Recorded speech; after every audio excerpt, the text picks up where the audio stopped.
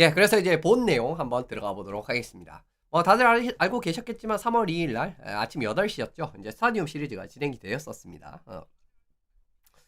어, 진행이 됐었고요. 이제 오하이오 스타디움에서 이제 진행이 되는 야외 경기였었죠. 사실 이제 야외 경기들 이런 거 같은 경우에는 윈터 클래식 할 때도 이야기를 하고, 그리고 이제 야외 경기 일정이 발표됐다 이랬을 때 이제 간략하게 이제 한번 하는데, 그래서 이제 그런 내용들은 좀 생략이 됐고요. 어쨌든 오하이오 스타디움에서 개최가 됐었다라고 말씀을 드리고, 16번째로 이제 스타디움 시리즈가 이번에 치러졌었습니다. 이제 그래서 이제 그 부분 확인을 하시면 좋을 것 같고요. 스타디움 시리즈 참고로 최다 출전 팀은 LA, 피츠버그, 필라델피아, 레인저스 이렇게 이제 3번씩 출전을 하게 됐네요. 여기도 마찬가지로 어떻게 보면 좀 인기 있는 팀들, 물론 이제 윈터 클래식 정도까지, 근데 비슷한 것 같다 보니까, 그죠? 그 정도까지는 아니지만 그래도 역시나 피츠버그 같은 팀, 그죠? 레인저스라든가 이 두 팀은 사실은 윈터 클래식에서 단골 구단이라고 보시면 좋을 것 같고, 필리 같은 경우에도 윈터 클래식 자주 출전했었죠. 그리고 이제 LA는 사실은 이제 그렇지는 않은데, 그래도 LA 또 서쪽에서는 아주 또 인기 있는 팀이기는 하니까, LA라는 일단 LA란 도시의 이 간판급 프랜차이즈가 LA 킹스지 않습니까? 이제 그런 부분에서도 그냥 보시면 좋을 것 같습니다. 그 다음에 이제 최다 홈 경기 개최팀 같은 경우에는 콜로라도, 뉴저지, 아일랜더스 이런 팀들이 있어요. 이제 뉴저지랑 아일랜더스가 들어간 이유는 이제 작년에 이제 이 홈 경기를 2번 개최하는 그런 그림이 됐죠.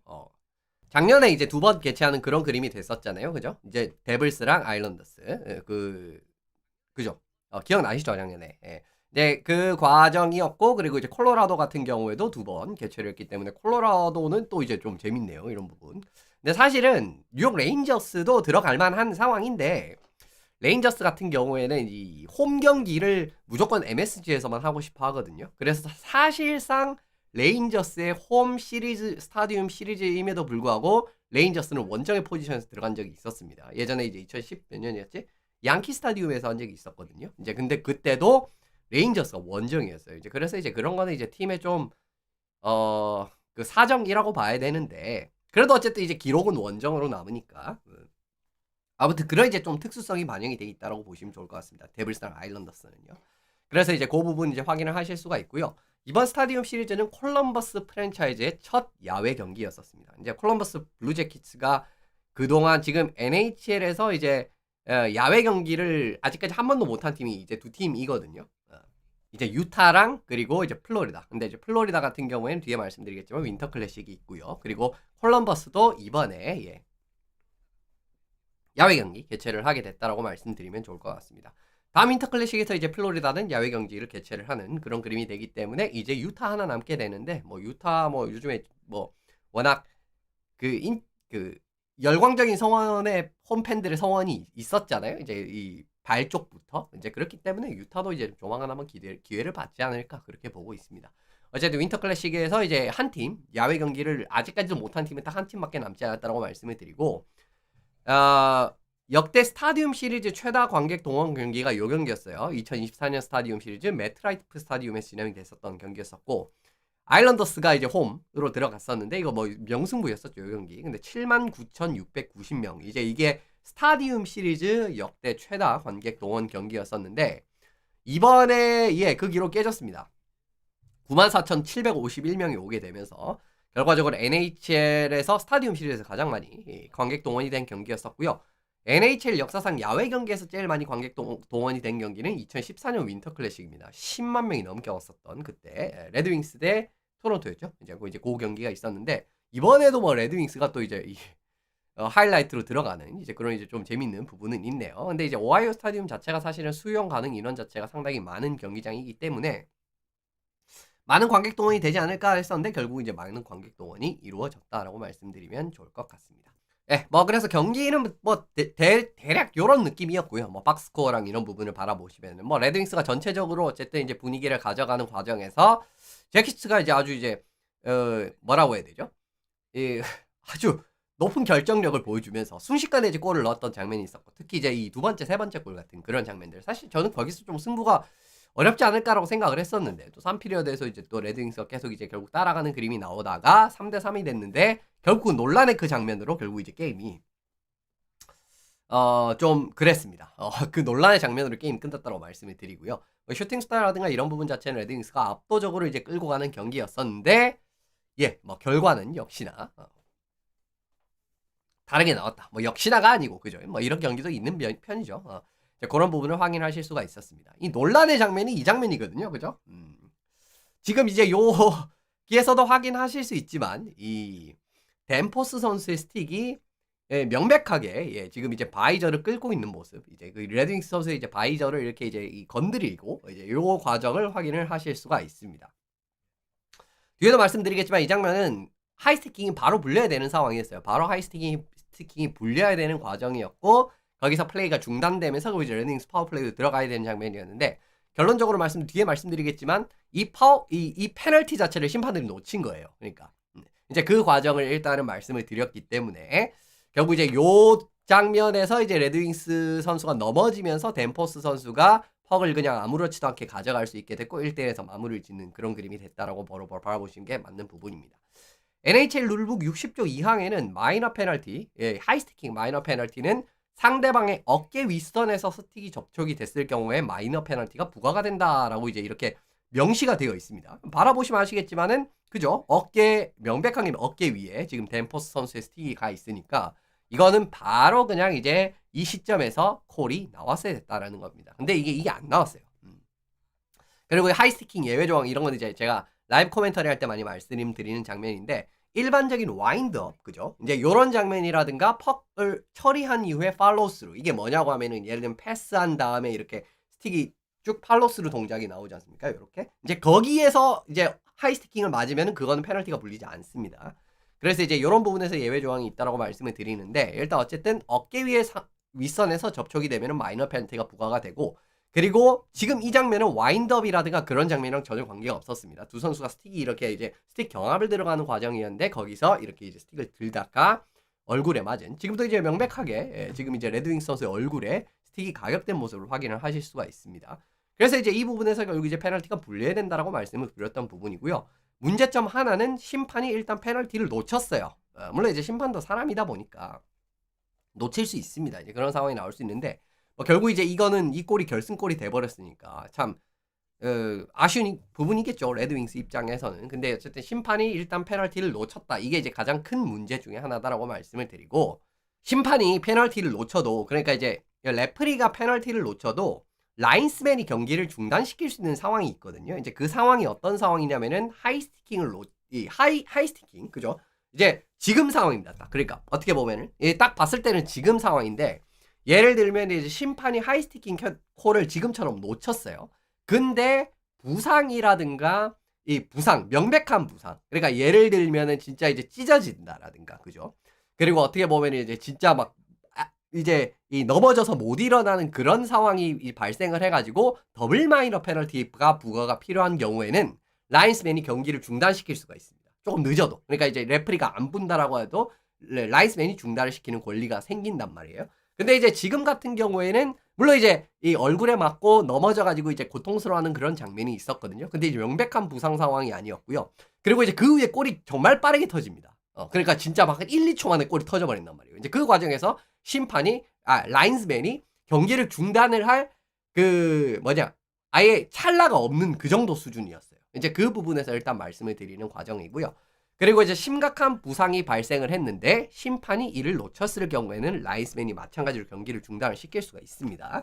그러니까 예를 들면은 조금 댄포스 선수가 그 뒤에 퍽을 잡고 플레이가 예를 들면 한 5초에서 10초 정도 이제 이뤄지는 그런 상황이 됐을 때는 만약에 중단을 시켰을 수도 있어요. 근데 진짜 퍽을 탈취한 다음에 거의 쫙 들어가가지고 거의 한 1, 2초 만에 골이 나오는 그런 상황이었기 때문에 이 라인스맨이 미처 이게 대응이 안 되는 그런 상황이었다라고 보셔도 무방합니다. 그리고 이제 좀 뭔가 정말 명백한 느낌의 부상까지는 아니었죠. 그죠? 그냥 단순 이제 스틱에 접촉이 된 그런 상황이었기 때문에.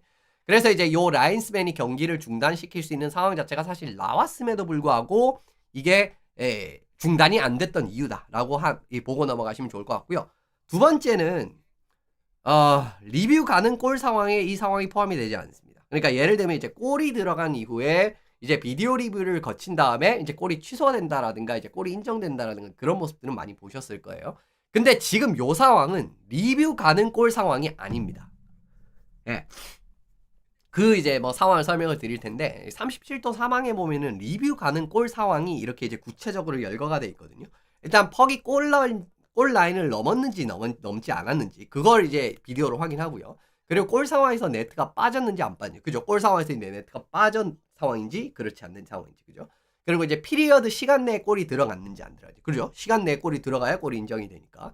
그리고 스케이트를 이용해서 골을 넣는지 이거는 이제 키킹 모션이랑 연관이 있다라고 바라보시면 좋을 것 같습니다. 의도적으로 스케이트를 활용해서 이제 퍽을 차서 골을 넣으면 안 되기 때문에 이제 그렇게 말씀을 드리고 그 다음에 의도성을 가지고 스틱 이외로 득점을 할 경우에 그러니까 의도성 없이 그냥 몸에 맞고 들어가는 거는 골이거든요. 근데 이제 의도성을 가지고 글러브로 툭 쳐가지고 이제 골을 넣는다라든가 아니면 이제 헤딩을 해서 골을 넣는다라든가 그런 골은 다 노골입니다. 근데 이제 그것도 확인한다는 거예요.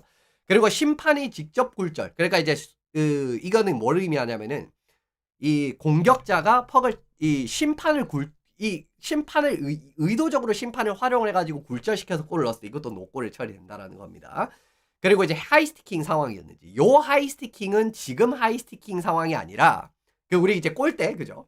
그 골대 그 넘어서는 그 하이스티킹 기준은 두 개가 있거든요. 선수 어깨 기준이 있고 하나는 이제 그 크로스바 기준이 있고 그리고 왜냐면 이제 크로스바 위에서 스틱을 대서 굴절이 돼서 들어가면 그건 노골이지 않습니까? 그걸 본다라는 거예요. 그리고 이제 골마우스로 제대로 들어갔는지 가끔씩 이제 골이 들어가는 게 네트가 살짝 빠지면서 옆으로 들어가는데 이게 들어가는 그런 케이스도 가끔씩 있거든요. 그래서 골마우스로 제대로 골이 들어갔는지 이 부분도 확인을 한다라는 겁니다. 그 다음에 이제 또 상황은 휘슬 이후에 지속적으로 퍽이 움직이면서 득점이 됐는지 이건 이제 뭘 의미하냐면은 가끔 이제 심판이 휘슬을 좀 일찍 불 때가 있잖아요. 그죠? 그러니까 이제 본인의 시야 반대쪽에서 퍽이 굴러가고 있는데 골리가 이제 퍽을 잡았다라고 생각해서 이제 이 경기 멈추는 거 그런 가끔 보셨을 겁니다.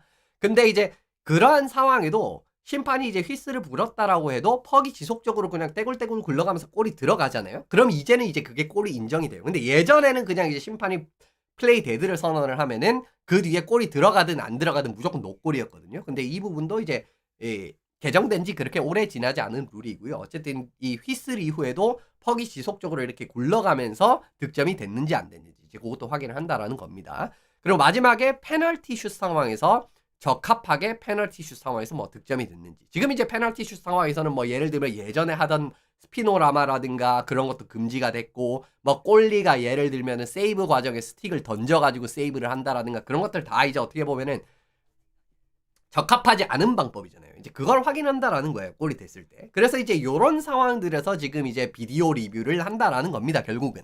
그러니까 아까 보셨던 하이스티킹 그러니까 골 직전 상황에서 페널티였는지 아닌지 이거는 하지 않는다라는 거예요. 예, 이제 그거 이제 확인을 하고 들어가시면 좋을 것 같고요. 그리고 눈치가 빠르신 분들은 이제 여기서 보고 판단을 하셨겠지만 맥클렐런 감독이 왜 챌린지를 부르지 않지? 라고 생각하셨을 수가 있을 거예요. 챌린지 하지 않았거든요. 근데 요 상황은 챌린지 가든 상황도 아니에요. 그러니까 코치 챌린지를 할 수 있는 상황 자체도 아니었습니다. 코치 챌린지를 할 수 있는 상황이 요렇게 이제 딱 4개밖에 없거든요. 오프사이드가 그러니까 이제 오프사이드 상황인데 이제 골로 연결이 됐을 때. 근데 이제 예를 들면 이제 우리 팀 비디오 코치가 둘러봤는데 이거 옵사이드입니다. 이러면 이제 그 챌린지 하는 거 많이 보셨죠. 그리고 이제 공격 지역에서 플레이 중단 상황이 발생을 했는데 심판이 이제 그걸 놓쳤을 때 이제 그런 상황에 또 챌린지가 가능해요. 그리고 이제 세 번째는 골리 인터피어런스. 이건 뭐 명백하죠. 그죠?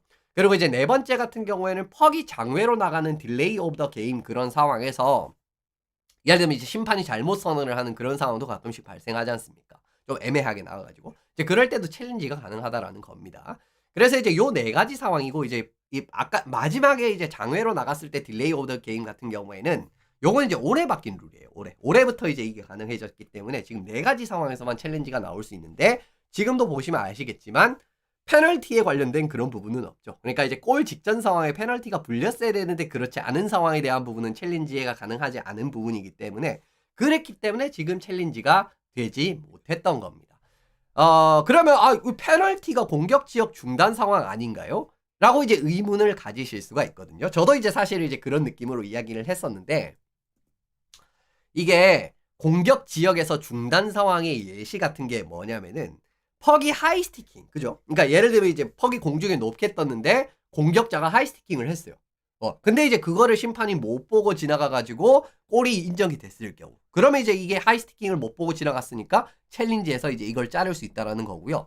그리고 이제 두 번째는 이제 퍽이 자신의 지역 외에서 이제 글러브로 이렇게 쳐가지고 퍽이 이제 이렇게 굴러가는 거 그런 가끔씩 보시지 않습니까?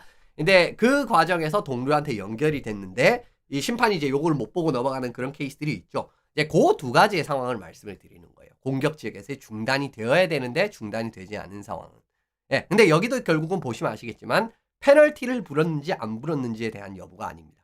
예. 그러니까 왜냐하면 하이스티킹이 되면은 바로 중단이 돼야 되잖아요. 그죠? 그리고 이제 자신의 지역 외에서 퍽을 글러브로 쳐가지고 우리 동료에 연결이 되면 핸드패스이기 때문에 중단이 돼야 되지 않습니까? 그죠? 근데 그게 이제 중단이 되지 않았을 때 챌린지가 가능하다라는 거예요. 요 두 가지 상황. 예. 그렇기 때문에 페널티는 포함이 되지 않습니다. 코치 챌린지에서 결국은 좀 유의하게 그러니까 유의하게 페널티로 부과가 될 수 있을 만한 그 페널티를 그 상황이 뭐냐면 결국은 딜레이 오브 더 게임 이번에 신선된 부분 그리고 골리 인터페런스 이거 두 개인 거예요. 근데 골리 인터페런스도 가끔씩 이제 페널티까지는 선언되는 않는 케이스가 있기는 하죠. 왜냐면 이제 결국 이제 골 크리스에서 살짝 접촉이 된다라든가 그런 것들 같은 경우에는 사실은 안 불잖아요. 근데 어쨌든 골리 인터페런스 상황이긴 하니까. 그래서 이제 그 두 가지 상황이라고 보시면 좋아요. 그래서 이런 상황들 때문에 지금 이제 이렇게 장황하게 말씀드렸던 이러한 여러 상황들 때문에 지금 골은 인정이 됐어만 됐고 그리고 이제 요거는 이제 명백하게 페널티가 뒤에 정정이 될 수 있는 상황임에도 불구하고 정정이 되지 않았던 이유였던 겁니다.